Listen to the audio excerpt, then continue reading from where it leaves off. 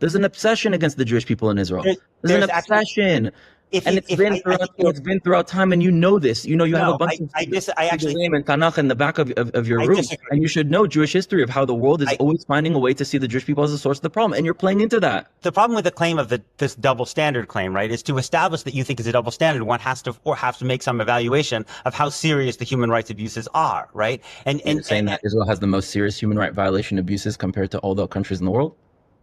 Not in general. People don't need me to use words for them to see that Israel's treatment of Palestinians is fundamentally unjust. No, they use you as an excuse for their anti-Semitic agenda. Israel has the ability to change, but does not have the responsibility to be blamed.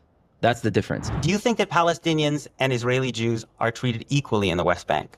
I don't think a Jew has a right to have any equality in Area A, and I think Palestinians don't have any equality in Area C, and there's major problems in Area B. So if we're going to talk about the injustice, there's an injustice throughout the board and in many different ways, and it's not a competition. I believe in a reality from the river to the sea, which would probably also eventually include Jordan, where every single Israeli and Palestinian has full equal rights.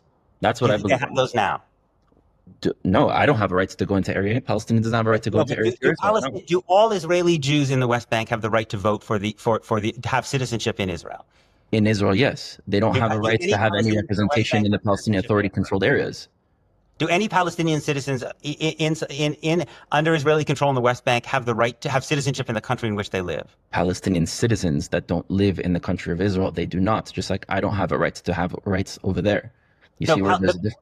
None of the Palestinians who live in the West Bank, all of whom live under the ultimate control of Israel. Live under the Palestinian Authority. They live under okay, we're back to this. Because the IDF can go in once in a while for a legitimate reason, that means that there's no control that the Palestinian Authority has. You yourself admitted that the Israeli army can go in to every single area of the West Bank if it wants to. It just decides how often it wants to. Per the agreement and accordance with the Palestinian Authority. Oh, okay. Yes, so when someone goes and kills someone, they need to go in and take that person and stop him from doing that again. Yes. Those Palestinians live under Israeli control, right? Israel controls the airspace. Israel controls the borders. Israel controls the telecommunication spectrum. The IDF can go wherever it wants in the West Bank and arrest people, right? And so the question is, do any of those people have citizenship in that state who are Palestinian? They don't live in the Israeli state, so they don't have rights in that state. But I do want one day for them to have rights in that state.